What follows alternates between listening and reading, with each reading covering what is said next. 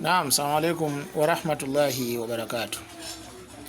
Ndiyo, leo naomba kuongea na wahadhiri wa Tanzania, wahadhiri ambao sasa wamegeuka sio wahadhiri bali ni wauza dawa. Sasa naomba niseme kitu kimoja.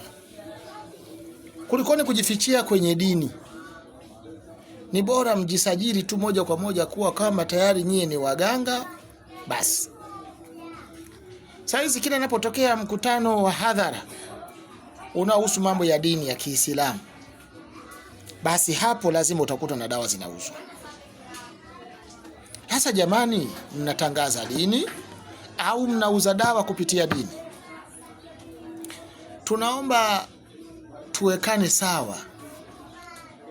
Mimi nakumbuka kwa umri wangu nilionao, watu wa kwanza kusimama kwenye mambo ya uhadhiri kwa mkoani kwetu Kigoma, na nadhani sio Kigoma tu, itakuwa ndani ya taifa zima la Tanzania, kwa sababu miaka hiyo ya nyuma watu walikuwa wanaokopa kusema dhehebu lingine, kwamba ukiusema Ukristo wewe utakamatwa na utafungwa. Lakini alhamdulillah alijitokeza mtu mmoja marehemu hivi sasa. Huyo nasikia alikuwa naswara.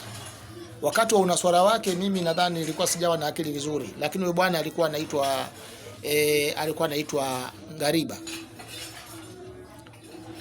Ngariba na mwenzie Kawemba.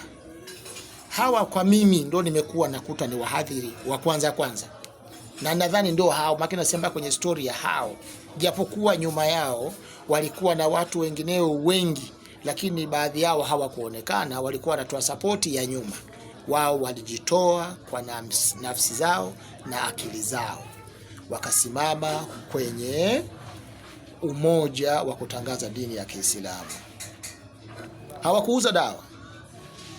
Marehemu Ngariba, Kawemba sijui bado yuko hai, sijui alishafariki na yeye sijui, au hawakuuza dawa.